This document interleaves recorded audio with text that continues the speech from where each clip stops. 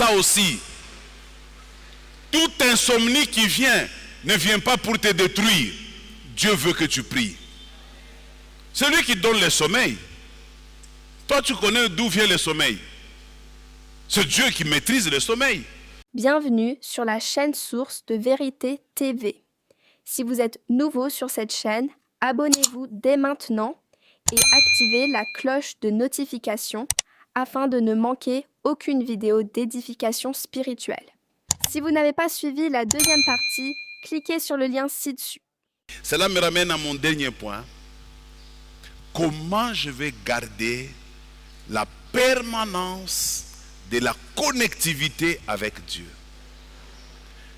Il y a des gens aujourd'hui, ils montent avec Dieu, demain ils descendent. Comment est-ce que tu peux garder cette permanence devant Dieu? Ne pas t'en éloigner à gauche ni à droite. C'est la prière. La prière va te garder devant Dieu. Prie même quand tu n'as pas de raison de prier. Moi, quand je dors et que je réalise que j'ai des insomnies, je force, le sommeil ne vient pas. Je comprends que Dieu veut que je prie. Comprends ça aussi. Toute insomnie qui vient ne vient pas pour te détruire. Dieu veut que tu pries. C'est lui qui donne le sommeil. Toi, tu connais d'où vient le sommeil. C'est Dieu qui maîtrise le sommeil. S'il te le donne, il veut que tu te reposes. Mais s'il veut que tu pries, il t'arrache le sommeil, il faut que tu fasses quelque chose. Et chaque fois que j'ai des insomnies, je dis, merci Seigneur. Je commence à prier.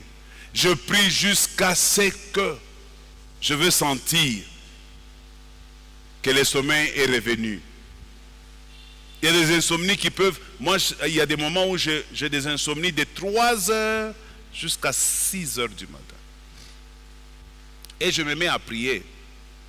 Et puis vous savez, 3 heures du temps dans la prière, quand tu pries sans attention, sans intérêt, tu vas sentir que c'est lourd. Mais quand tu es dans la prière, tu es plongé dans la prière, tu ne sentiras rien. Ça passe si vite. Et puis je vous avais encore dit, quand vous priez, l'important ce n'est pas de fermer les yeux, de se concentrer. Non. Quand vous priez, restez attentif à certaines informations que Dieu vous donne dans votre esprit en ce moment-là. Quand vous voulez prier, vous allez voir comme s'il y a quelqu'un qui vous souffle un peu quelques sujets de prière. Vous vouliez peut-être aller dans ce sens, mais vous sentez comme si lui vous dirige dans un autre sens. C'est ça l'obéissance. Obéissez. Arrêtez ce que vous vouliez demander. Entrez dans ce que vous ressentez là qu'on vous donne. Même si ça, au début, ça n'a pas de sens pour vous, mais continuez, vous allez voir que ça aura des sens plus tard. Quand vous priez selon que Dieu vous l'a demandé de faire, vous aurez la réponse immédiate. C'est ça le secret de la prière. Il y a prière où quelqu'un entre en prière avec un canevas comme ça. Ok. Oui. Après, ok. Oui. Non, ce n'est pas ça la bonne prière. La bonne prière, c'est que je commence, mais je ne sais pas comment je vais terminer. Si l'image d'une personne me vient à l'esprit, je dis, Seigneur, pourquoi tu veux que je prie pour cet homme? Je change ma prière. Même si ce que je faisais était très important, j'arrête parce que je viens de recevoir un flash dans ma prière. Dieu veut que je prie pour cette personne. Parfois, ça peut être même pour moi-même. J'étais en train de prier, Dieu me montre un péché. Je me repens. Dieu me montre une situation que je fais sur quelqu'un qui n'était pas bonne. Je dis, Seigneur, pardonne-moi, je n'avais pas vu ça comme ça. Je te demande pardon et je te promets que je ne reviendrai pas. Je vous ai toujours dit, quand vous voulez vous repentir, faites toujours une promesse à Dieu à la fin. Je te promets que je ne reviendrai pas. Ça va toujours t'aider à aller de l'avant. Cette promesse-là va te tenir esclave de la prière que tu as faite à Dieu. Je dis à Dieu, Seigneur, je te promets, je n'y reviendrai pas. Quelle que soit la pression que j'aurai, je te donne ma parole. Je ne reviendrai pas. Le diable, lui, ayant entendu ta prière, il reviendra encore pour essayer de te secouer, pour tenter. Mais parce que tu as fait une promesse à Dieu, que tu n'y reviendras pas. Tant que tu tiendras cette promesse, Dieu tiendra aussi sa miséricorde. Dieu continuera toujours à te pardonner parce que tu as tenu parole. Quelqu'un me donne un bon amen? La deuxième chose, je ne sais pas si c'est la deuxième, pour se maintenir dans la puissance de Dieu, dans l'environnement de Dieu, très important, c'est le discernement. Église, ayons le discernement. Je vais dire ceci aujourd'hui. Vous mangez n'importe quoi, vous mangez n'importe où, vous saluez n'importe qui, vous marchez avec n'importe qui, vous vous confiez à n'importe qui, vous êtes pitoyable. Ne savez-vous pas que le diable rôde autour de nous comme un lion rugissant, cherchant qui dévorer? Même là où nous sommes, le diable nous cherche, il veut nous dévorer. Ayons le discernement. Discerne quand quelqu'un vient te voir. Il te demande quelque chose ou il t'informe sur quelque chose. Aie le discernement. On vous manipule comme ça. Et les hommes sont manipulables. C'est comme ça que vous n'arrivez pas à rester. Adam, Dieu t'a dit, tu mangeras de tous les arbres, mais celui-ci ne mange pas. Qui t'a dit? Mais quelqu'un vient t'influencer, qui n'était pas là, dans votre dîme. Est-ce qu'il a réellement dit? Si moi j'étais dans est-ce que c'est ton problème? Quand Dieu t'a parlé, pourquoi tu veux écouter les hommes? Satan rôde autour afin de nous enlever même la parole dans laquelle nous croyons. Pendant que je parle là, il nous visite en disant, est-ce que tu crois que ce que le pasteur a dit, toi tu peux laisser ça? Toi là, tu peux abandonner ça. Il te dit ça. Ne l'écoute pas. C'est un menteur. C'est un menteur. C'est lui qui dit la vérité, c'est Dieu. Il a dit à Adam, le jour où tu en mangeras, Adam, mon fils, tu mourras. Adam pense que Dieu disait n'importe quoi. Adam est devenu plus clair que Dieu. Il s'est habitué à Dieu. Il n'agissait plus avec fermeté devant la parole de Dieu. Adam a mangé le fruit. Et après avoir mangé, Dieu est revenu voir Adam. Il ne voit pas Adam là où il a l'habitude de le voir. Parce qu'Adam a perdu sa localisation. Dieu commence à poser à Adam la question, où es-tu, Adam? Parce qu'il sait que d'habitude, quand je viens, je te trouve là. Où es-tu, Adam? Adam dit, non, il a changé. Il est allé sur une terre maudite.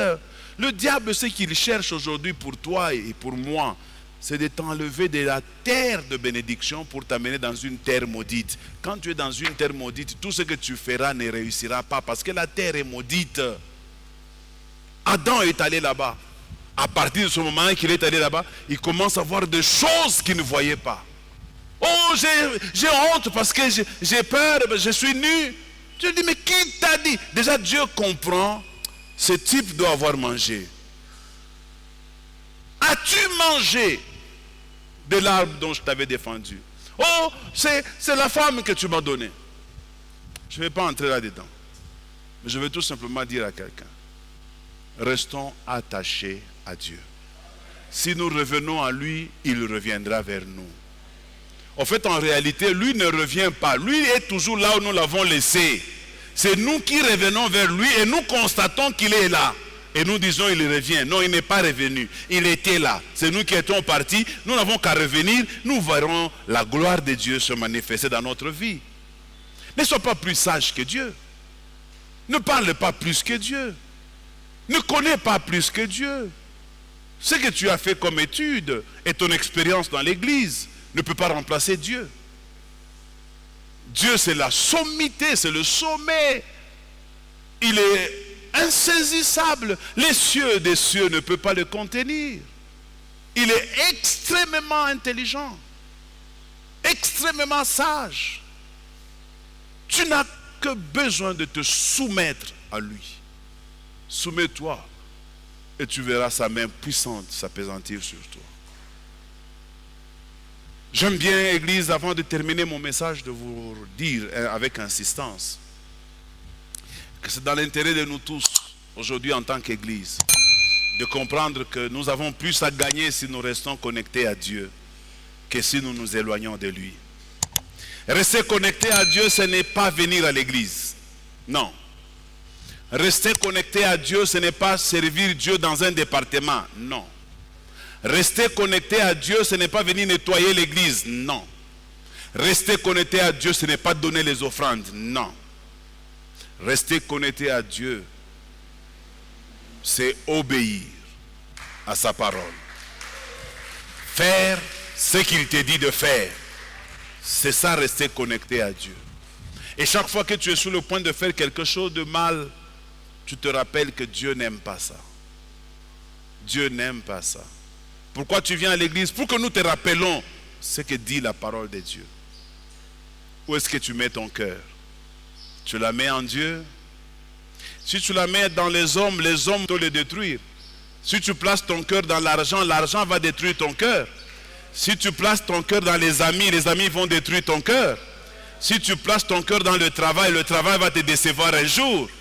Mais si tu places ton cœur dans le Seigneur, il les gardera jalousement et tu seras toujours en bonne santé parce que ton cœur est entre les mains de Dieu.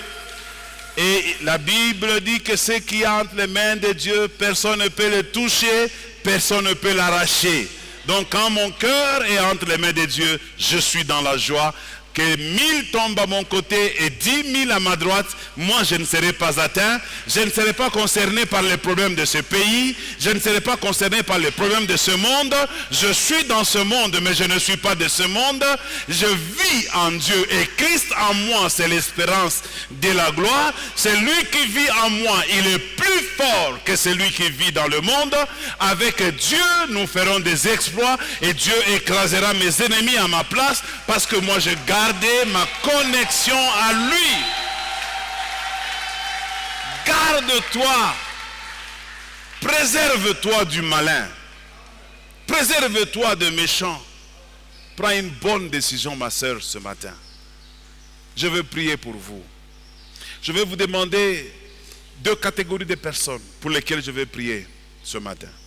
La première catégorie de personnes où nous n'avons pas besoin d'avoir honte des gens pour que les gens me voient et les gens me regardent. Ces gens ici, c'est eux qui vont encore t'enterrer le jour que tu mourras. Et ils vont se rassurer qu'ils ont mis un béton pour que tu ne sautes pas.